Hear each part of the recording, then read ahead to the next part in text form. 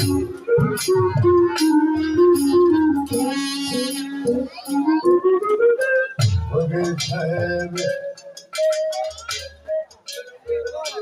তো শ্রীলঙ্কি সম্মান এই শাসনে তুমি কত মানুষের প্রাণ দিয়ে নিয়েছি তার কোনো হিসাব নেই তাই আপনাকে কথা বলি এ দুনিয়ার উপরে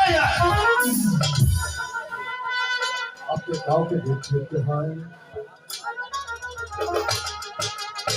না ভাই জল্লাদ, আমার কাউকে দেখতে ইচ্ছে হয় না।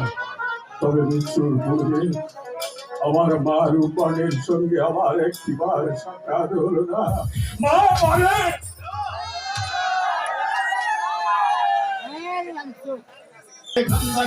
লাভ হবে না তাই আপনাকে বলছি যে দুনিয়ার উপরে কাউকে দেখতে হয় তাহলে বলো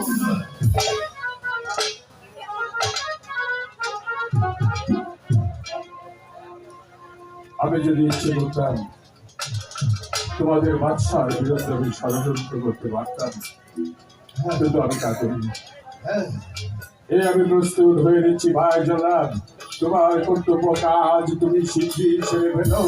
আমার পাগলি মা যদি তার পিতার মৃত্যুর সংবাদ শুনে ছুটে আসে তাহলে তোমার কাজ আর সমাধান হবে না ভাই, তোমার কাজ আর সমাধান হবে না। তুমি এখনো বুঝতে পারোনি আমি হইলাম হুকুমের গোলাম। আমি তো মানুষের কোনো রক্ত ধরা একটি মানুষ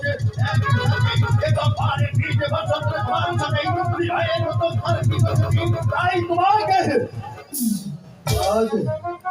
আজ আমি ভাইয়ের গলায় ঝুড়ি ধরে খেয়েছি।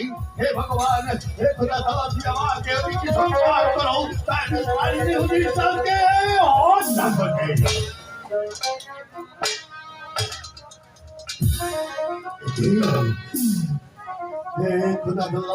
আমার এই হাত একটু দুর্বল হয়ে যাচ্ছে, আমি ঠিক কিছু করতে পারছি না।